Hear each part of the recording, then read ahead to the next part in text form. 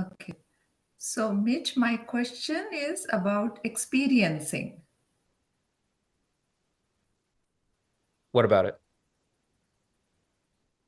Okay. So you can, I I, can I hear. wasn't Yeah, sure if you no, I can hear now. heard It's me. it's fine now.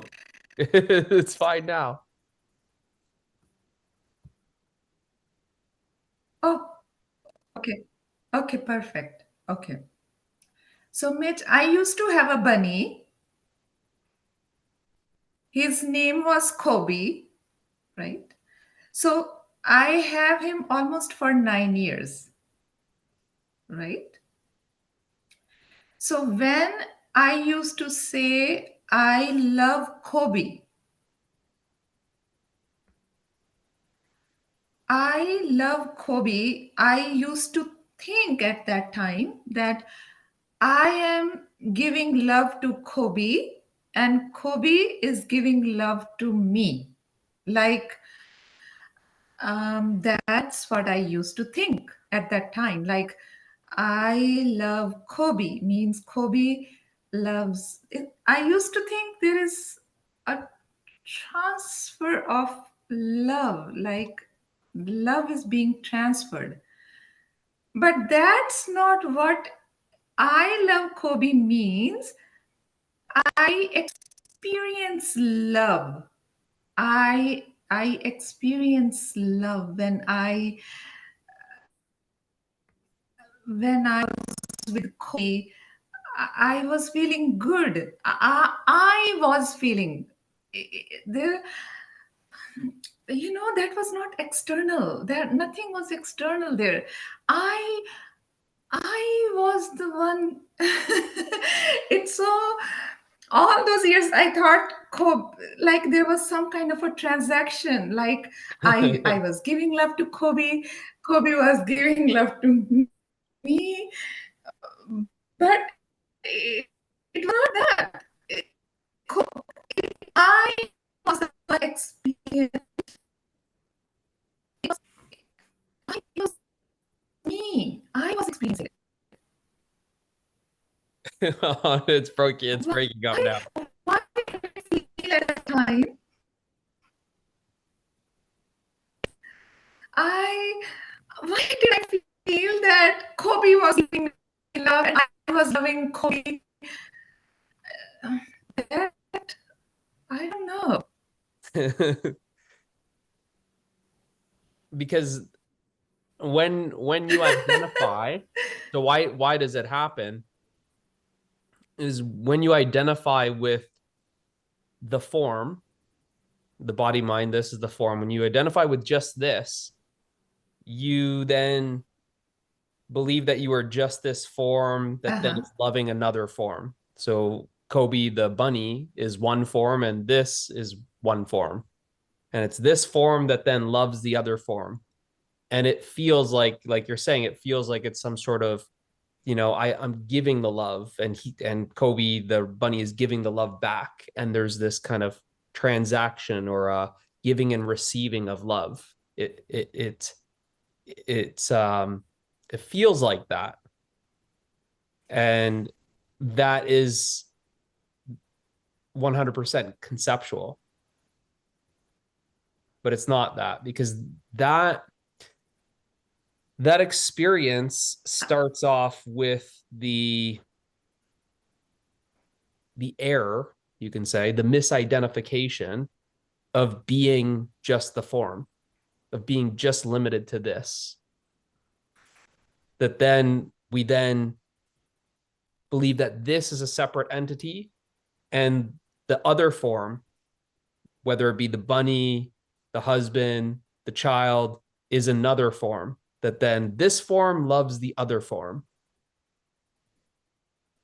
But that's not actually what's happening. That's not actually the reality of it. In the experience of you loving the bunny, in that experience, when you look at it experientially,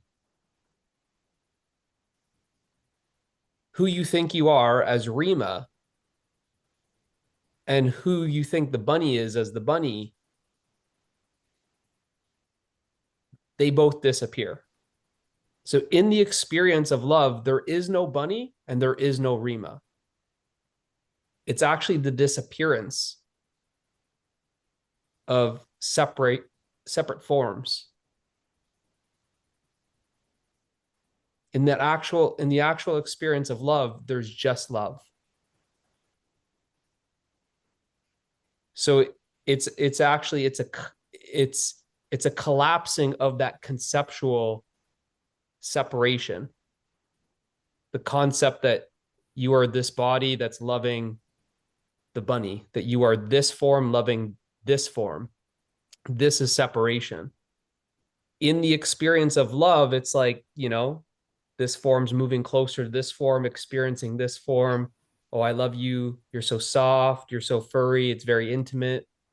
And there's now this kind of almost like a swelling of the heart kind of thing, and this feeling of a closeness and a very strong intimacy. And then it's like, sometimes it's so strong that you close your eyes and it's like gone. Bunny's gone and sense of the body is gone.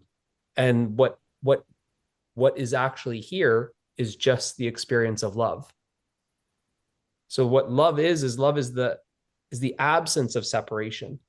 It's actually when that relationship, this form and that form, this relationship, it's when that relationship comes to an end. So that's the experience of love. It's an afterthought that it's basically this form coming close to this form. Oh, you're so soft, you're so furry, I love you, you love me back, and disappears. There's the experience of love, and then the concept comes back. And that's where it's happening so fast that actually it comes back as an afterthought, that I love the bunny, that I gave love to the bunny. But in the actual experience of it, there is no Rima and there is no bunny.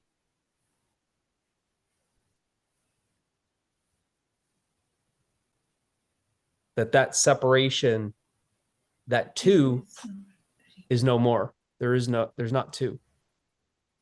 The experience is just love. That's why sometimes it's so strong that you close your eyes and it's just this, it's like an energy that it's not you that's feeling love. There's no you and love in the actual experience. There's no you and love. There's the you going in, coming close, and then it's gone. Then there's just love, and then there's that identification comes back. And it's happening so fast. It's happening so fast that it's what we can say, it's an afterthought that then claims ownership or possession. I got the love. I gave the love. But really it's the collapse of that conceptual boundary, that there's you and there's other, and there's you loving other, when the reality is that there's just love. And it's actually both forms are made of that love. That essence of the form is made of love. So if we look at this analogy of gold, and there's a gold ring, there's a gold bracelet, and there's a gold necklace, these three forms are all different, and there's multiple forms. There's three, so there's a multiplicity.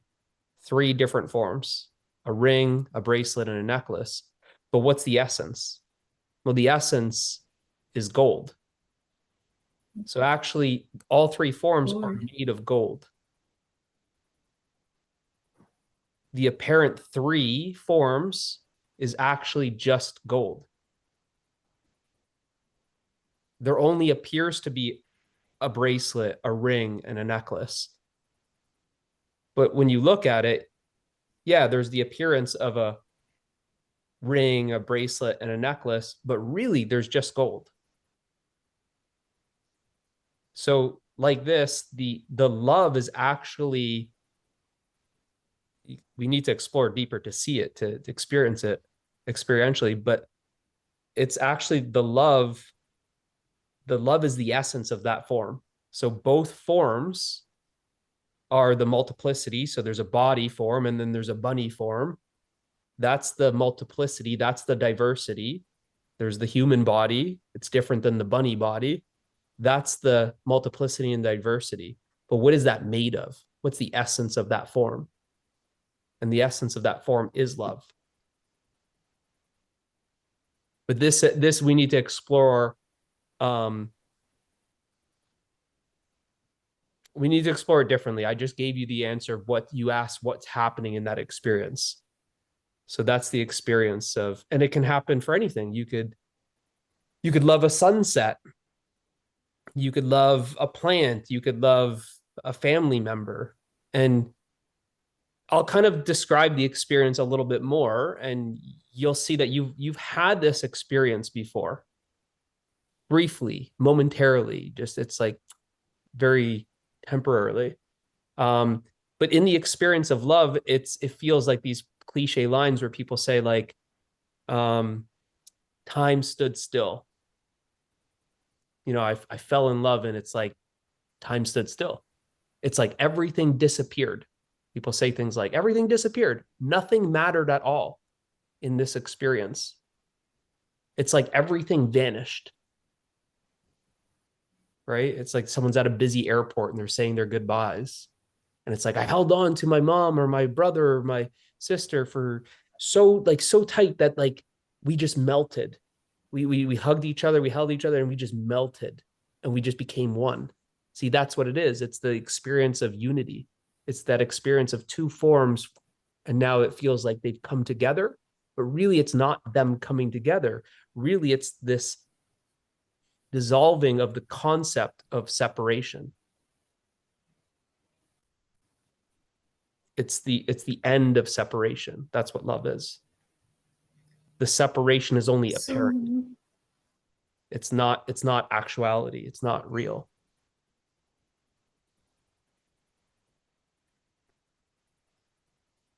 so in the absence of forms, Mitch, then there is only experiencing. That's only remain. It's only Mm-hmm. if like this morning when when I was some clarity was coming to me. It's the I was experiencing love when I was saying I love Kobe. I was experiencing love. So there was experience of love. So love was love. Love was manifesting itself. There's just when I say I love, there's no I who. There is just experience of love. I don't know how to Yeah, explain there's it. no It's like it's like there is just there is just experiencing it. It was just me. It was just me all along. I was experiencing. I means the love that I was feeling. I was experiencing that love. The love that I was feeling I was experiencing. I was experiencing the love that I was feeling. That's the best way to, the that's the best I, way I can the describe. I, the experiencing, Uh-huh. and the love are all one. It's not this, it's love is not separate from you. It's not I am experiencing love. The experiencing is love. In the experience of love, it's love that's experiencing itself. It's not one it's not one thing that's experiencing another thing. Right? So love is formless. So in the in the experience, there's one form loving another form. And it's like, It this was just, getting together, uh-huh. getting closer, this kind of melting into, and then it's the absence of form. And there's just formless love. And it's just this, the experiencing is formless. The love is formless. The I, The love is, formless. uh-huh. So it's I'll show you just with a hand, but it's a formless hand, right? It's going to help because right now there's no form, right? I just took the hands down. There's no form. So there's just a formless experiencing, and it's love. like it's so you can't speak about it What? because language is dualistic. Language is set up subject Yes. object. So you can't speak about it.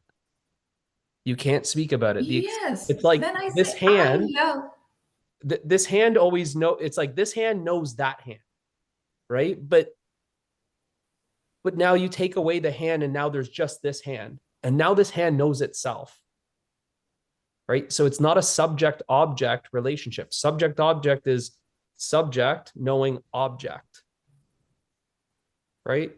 That's the duality. But the I, the true I, knows itself. And it doesn't need anything to know itself. It knows itself. It's self-aware. It's self-luminous. I'll give you another example is like the sun illuminates the moon. So the sun is the subject illuminating the object of the moon. Now take away the moon. Now there's just the sun. The sun oh, illuminates itself. uh-huh. Its Uh-huh. essence is illumination. It illuminates itself by just simply being itself. It doesn't need anything else to know itself. This illumination is this awareness, it's this knowingness, it's this experiencing. What is it that's experiencing all of the objects in the room? Thought says it's this, but this is another object in the room. This body is known objectively. The mind, thoughts, that activity is known objectively. Both the body and the mind are objects. So the body is an object, the mind is an object, the world is an object. All three, the body, the mind, and the world, are known objectively. What is it that is illuminating the mind body world? This is the Awareness. true It's I. me. It's the I true I that's am. formless. That's the true subject. That's the subject that's knowing the three objects that we're just labeling body, mind, and world. And really, they aren't even separate objects. It's just this one objective activity. Any object is an activity. So the true I is that which is illuminating this objective activity, which we could just call a phenomenal experience.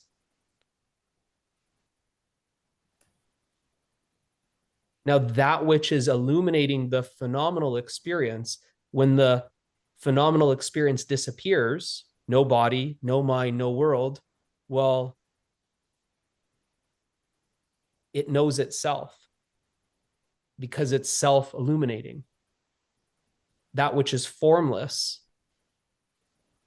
is the subject, right? Because the body is form, the mind is form, and the world is form.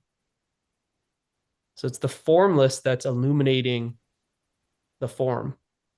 It's the non-phenomenal that's illuminating the phenomenal. But just like I showed you with the sun analogy, just because the object disappears, no moon, well, the sun knows itself. It doesn't need an object to know itself. It knows itself independently. Just like that, you know yourself independently of mind, body, world. Self-realization doesn't need a Yes, body I or a do. mind or a world. You don't it's not dependent on a mind, body, world. In fact, the self only knows itself. The essence only knows itself.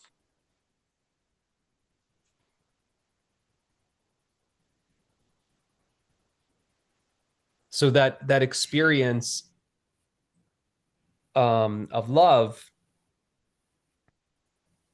like I said, it's like an afterthought because it's oh, I felt the love. Now you see it creates this duality. I felt the love, and it's Yes, this separation. And when yes. I is identified as the mind body, as this form, then it's this form that felt love. And this form needs another form to feel that love. But really that's an illusion, because the love is independent. So, The love doesn't need something. The experience of love, or the experience of happiness, or the experience of peace, or the experience of freedom, all different words, but it's essentially it's you experiencing you. It's the true self experiencing itself. Happiness, love, peace, and freedom is just another way of saying it's the experience of yourself. That's why I said it's your true nature. They're not actually emotions. They're not feelings. ah, Yeah, and it's ever present, because what you are is oh, ever so present. we, It doesn't come and go. It doesn't appear and disappear. The happiness, the love, the peace, the freedom, it's permanent.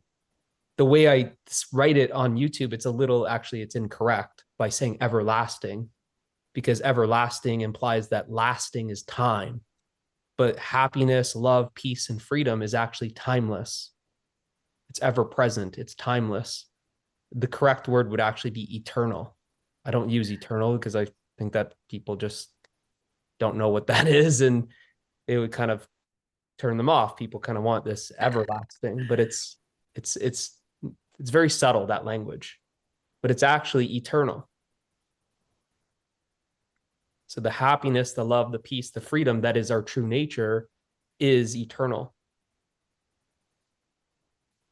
That's why the experience of love, when people say I things like think, time stood still, what they're trying to say is there's no time. In the experience of love, it's like there's no time. That's what they mean by time stood still. It's timeless. Love is timeless. People say things like time flies when you're having fun, because the experience of having fun when you're experiencing yourself like yes, that happiness, it's timeless. There's no time. So in the experience of it, it kind of goes, wow, like I was water skiing or snowboarding, or just even just relaxing, by the water or at the beach or something. It's like, where did the time go? How did 4 hours pass? It literally felt like 4 minutes, right? It's just like the yes, experience of sleep, yes, where when you wake up, like you go to bed and wake up in like the same moment. You go, wow, that was 8 hours. That didn't feel like 8 hours. So it almost has this experience of missing time. But that's not the only thing that's missing. It's missing who you think you are. Who you think you are completely yeah. I was disappears. It gonna vanishes. say that. You're Yes, not, you're not who you think you are does not there experience is no me. happiness, love, peace, and freedom. It's actually impossible. The Rima will never Very experience true. happiness, love, peace, Very, and freedom. very.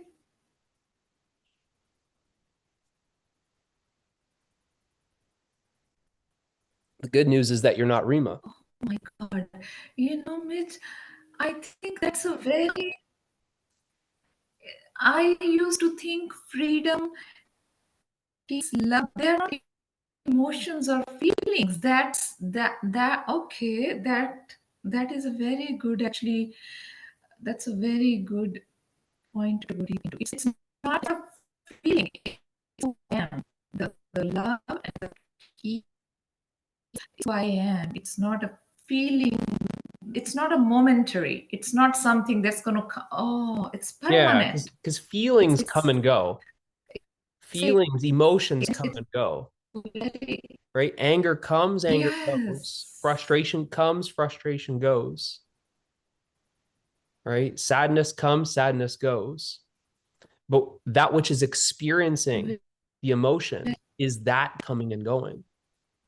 There's an very experiencing true. of the coming of sadness, the experience of sadness, and then the experience of sadness leaving, the absence of sadness, right? So these emotions are coming and going, but that which is experiencing the emotion, is that coming and going? No, it's ever present. So what is it that's experiencing No. emotions? The emotions are objective. You know them objectively. Objectively meaning you can qualify it. There's a quality to it. Yes. It's an activity. It's an activity because it's a movement. The movement is a change. Yes. Change is movement, movement is change. So these emotions are Yes. always changing. They're always coming and going. It's an activity that you are experiencing. You feel the buildup of anger. You then feel like a release of anger. You feel like frustration coming in, building up, and then gone, Ah, frustration gone. So you see that there's these emotional states. The states are change. The states are temporary. These emotions are temporary. But that which is experiencing the emotions, what is that?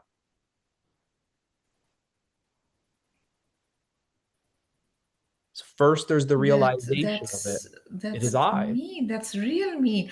It's So, it's, it's I that's experiencing, and this experiencing is ever present. And now, what is the experience of experiencing? It's a unique experience. Every other experience that you've ever had is an objective experience. It's a phenomenal experience, meaning it's something happening. An emotion is something happening. This conversation is something happening. The body is something happening. Thoughts are something happening. The world is something happening. But that experiencing that is present right now, notice how that is not happening. Notice how that's not moving. Notice how that's not coming and going. Notice how that's not appearing and disappearing. Notice how that's not changing.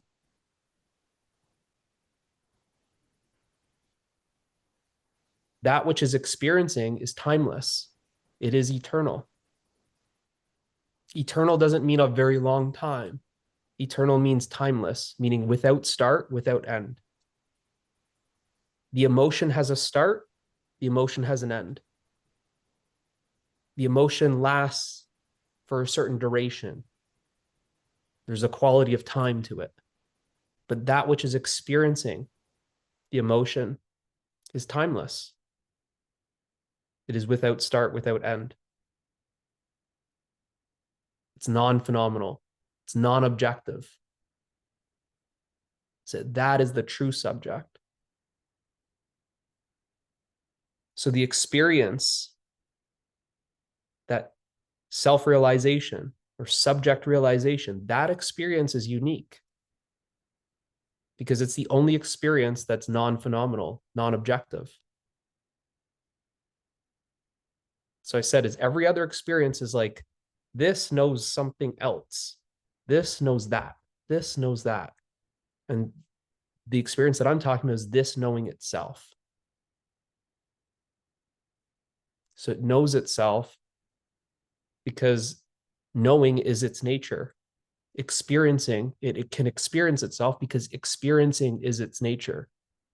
It's aware of itself because awareness is its nature. It doesn't need like a third party.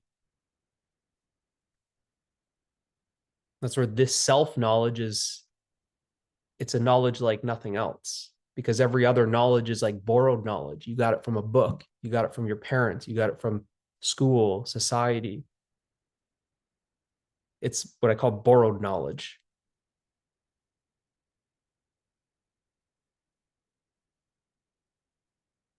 But self-knowledge is the ultimate knowledge. It's wisdom.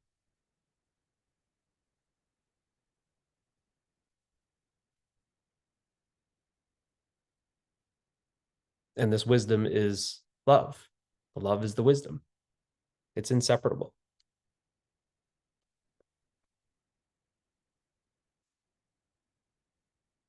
It's the only true thing worth knowing. And by knowing it, knowing yourself, everything is known. It's the end of all questions.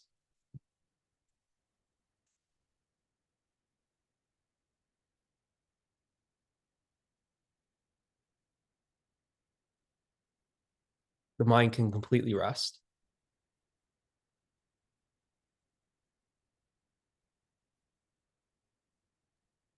Think about your entire life. You want to know things.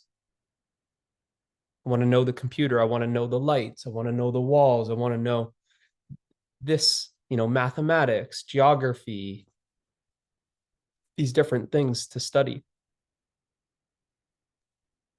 We go on knowing, wanting to know. I want to know. I want to know. I want to know. This is seeking. And we never question, well, what is it that's knowing? What is it that is knowing?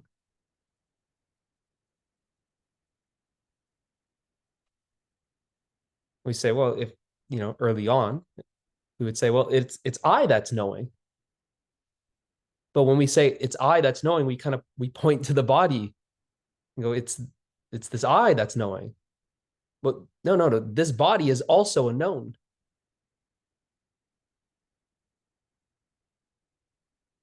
It is you that knows the body. The body doesn't know you. You know the body. It is you that knows the mind. The mind doesn't know you. You know the mind. It is you that knows the world.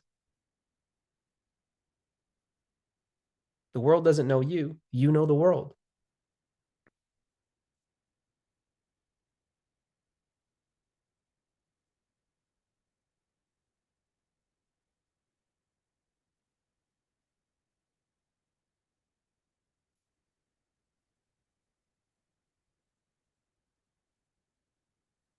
So that realization is then our essential nature.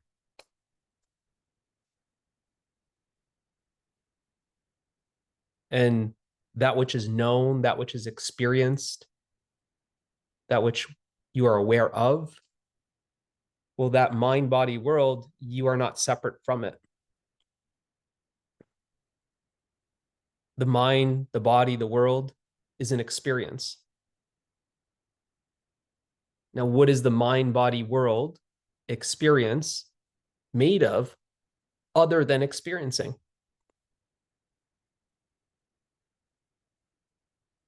Thought wants to come in and say, yeah, the body's made of flesh and bones and blood. It wants to come in and say, well, the mind is made of, brain stuff, neurons and synapses. It wants to come in and say the world is made of matter.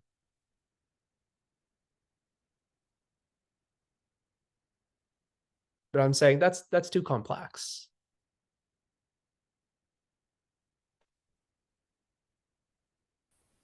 The mind, the body, the world is an experience.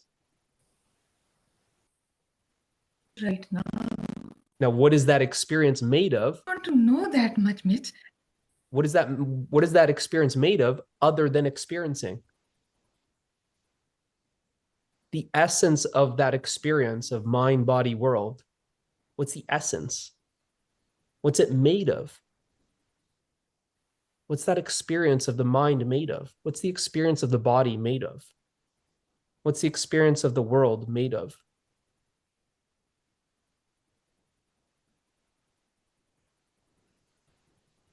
You're listening to my voice, the experience of hearing. What is that experience made of other than experiencing? The experience of seeing, seeing the room that the body's in, seeing the computer, the phone. What is that experience of seeing made of other than experiencing? The experience of smelling. What is the experience of smelling made of other than experiencing?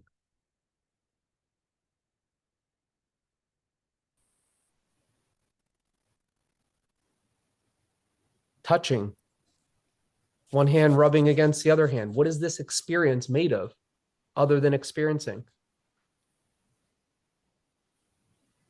Tasting, just tasting the mouth. What is that experience of tasting made of other than experiencing? These are the five senses. Then there's thinking. What is thinking made of? The experience of thinking. Think of a purple elephant. What is this experience of the thought of a purple elephant? What is it made of other than experiencing?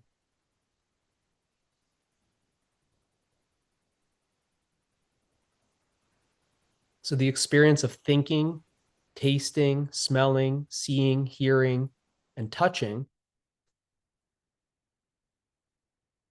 those experiences, this is really the experience of mind, body, world. And you're seeing that actually it's made of nothing other than experiencing, which then we just circle back. Well, what is it that's experiencing? You said it is I that is experiencing. This is undeniable. Of course, it's you that's experiencing,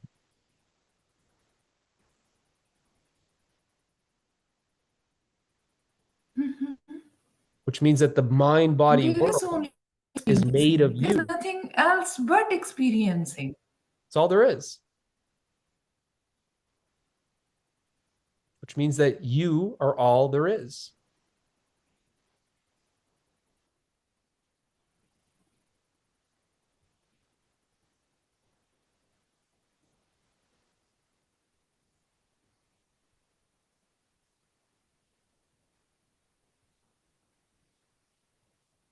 That you are experiencing yourself.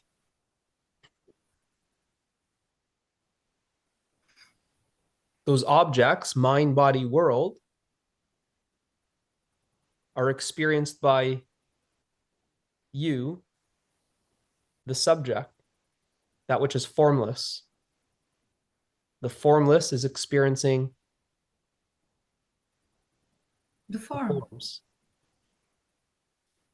But now we see we went deeper. We see, well, actually, these forms, mind, body, world, that appear to be objects are actually made of the subject.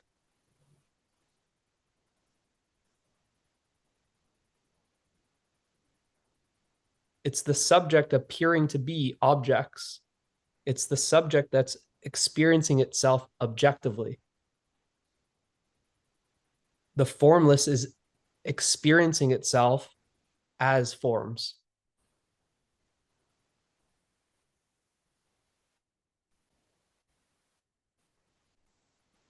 The forms are the multiplicity and diversity, but the essence is one. It's the same essence. It's the one essence.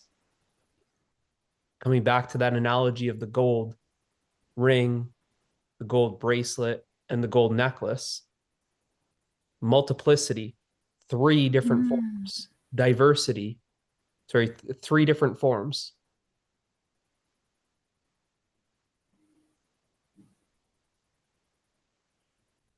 but it's all made of the one essence. It's all made of gold. You lay them out on the table, ring, bracelet, necklace. It apparently looks like there's three different forms, but actually you're just experiencing gold.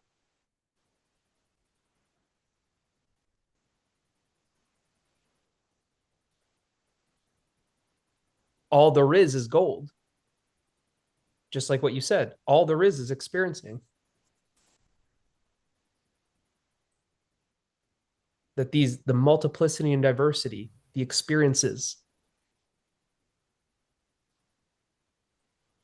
the mind, body, world, this multiplicity and diversity is just, it's made of experiencing. And there's just one experiencing. It's the same experiencing that is ever present, never changing, permanent, timeless.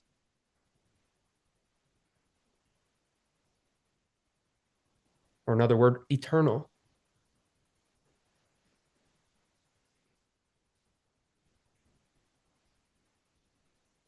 And this essence is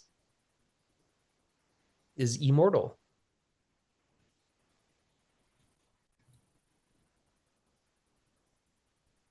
Just like the gold. We melt the ring, that's the end of the ring. That form has come to an end in a way. We melt the bracelet, end of the bracelet. We melt the necklace, that's the end of the necklace. But what is it that remains? It's the gold. It's Go. the essence. The essence always remains.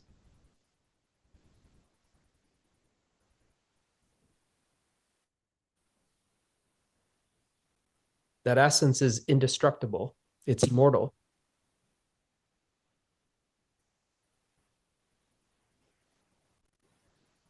It just appears as something else. It will just appear as a gold spoon, gold earring.